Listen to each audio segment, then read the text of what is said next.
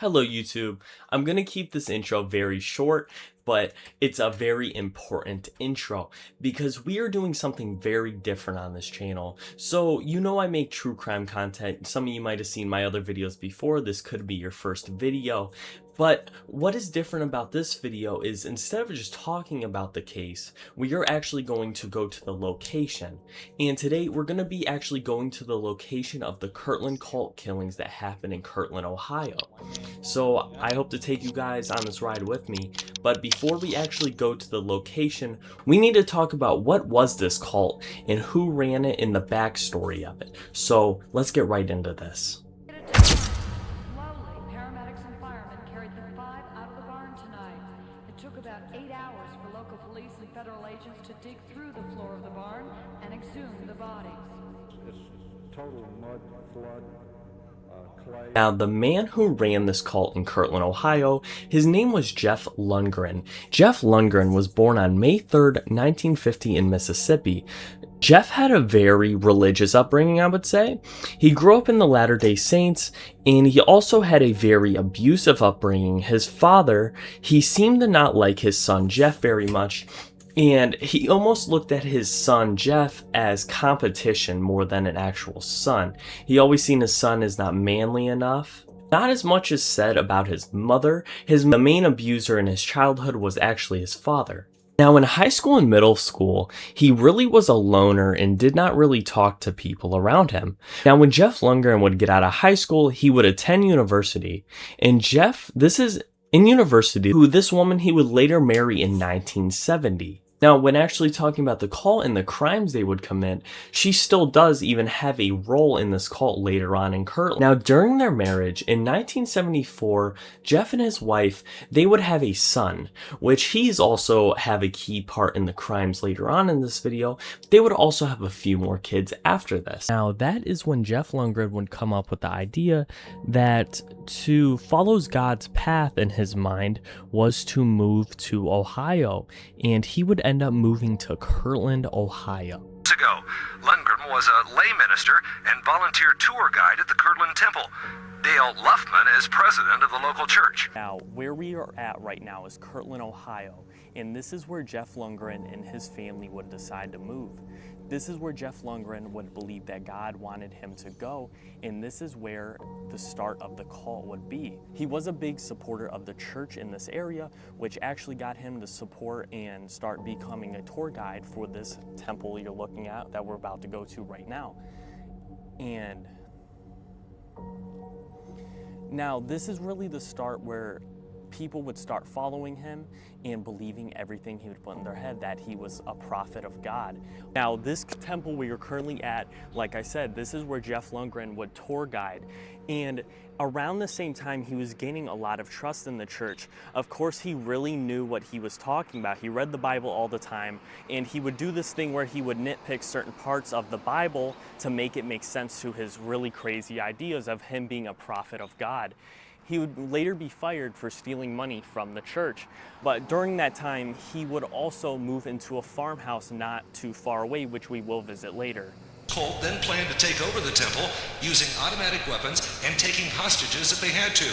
Lundgren reportedly wanted to hold on to the temple until the second coming of Christ. Now, around this time, after Jeff Lundgren would get taken out of the church for stealing money, this is where he would come up with this plan. He would always have teachings with his followers of his very crazy ideas, and this is a lot of the cult members talked about.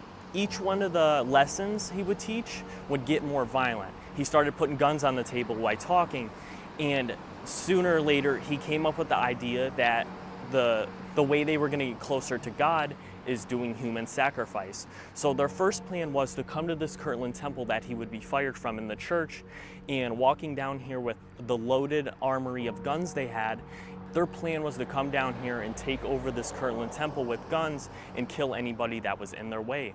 A couple of the members weren't too fond of Jeff's idea of taking over the Kirtland temple and hurting others, so they would end up telling the police. The police weren't believing them very much, but they were looking into Jeff Lundgren. But the thing with Jeff Lundgren, they knew he was a dangerous guy because how much guns he was collecting and his very crazy ideas. But with the police on his tail, it ended up scaring Jeff Lundgren out of the Kirtland temple takeover. The crime he would commit next would still shock Kirtland, Ohio. That's when the Averys and their 3 little girls were executed, their bodies buried in the barn. The cult left Kirtland, and I'm told it broke up just... The religious cult that killed an innocent family of 5 in Kirtland back in 1989. It builds off the 5-part stories.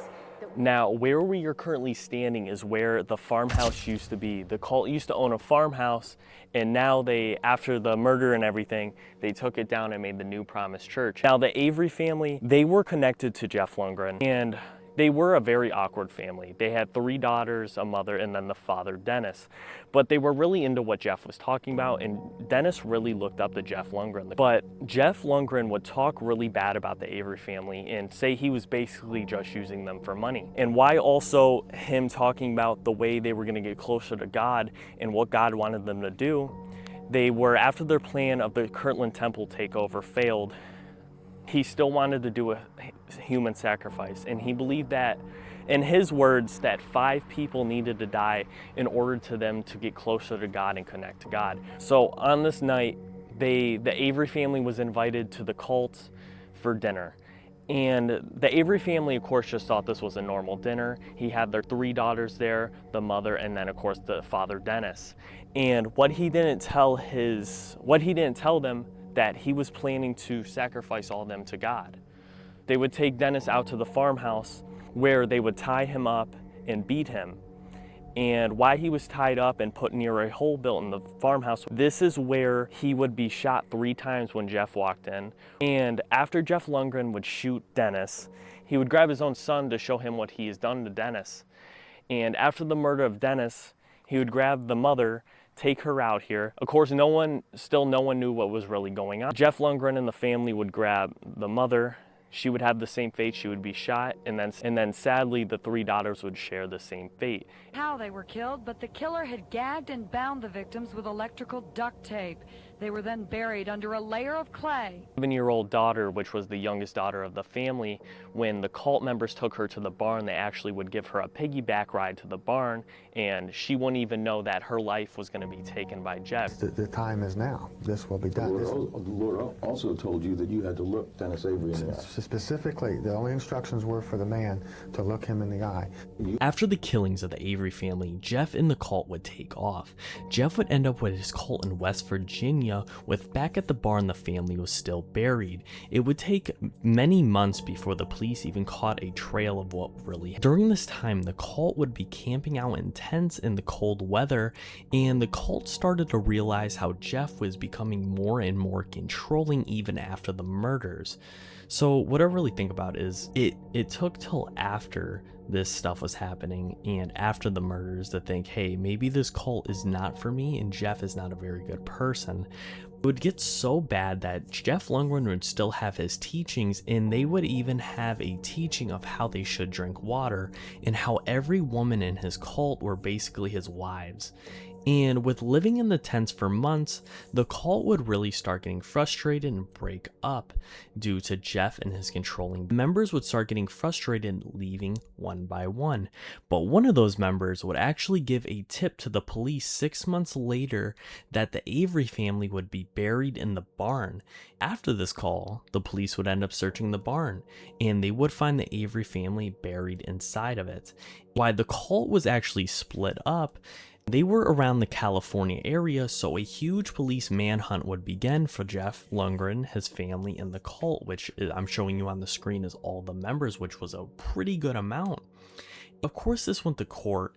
Jeff Lundgren, his wife, and his own son would have to stand next to each other while they describe what happened and get their sentencing. Jeff Lundgren would end up getting the death penalty. Damien, the son, who was only 19 at the time, would get 50 years to life. And then his wife would get 25 years, but she would end up only serving 21 years and end up getting out and going back to live in Ohio. I hope you guys enjoyed this video. I had a interesting time making it, and I always had the idea to make this video. It's always been a dream of mine to actually go to the location of this cult and make a video, but thanks to my cameraman, we actually made it happen. And here's the video, and leave me a comment what you guys would like me to explore next, probably in the Ohio area, but I have plenty of ideas of videos coming soon. So I hope you guys really like this video and this type of content. Rest in peace to the Avery family and everyone who lost their lives due to Jeff Lundgren, and I will see you guys in the next video.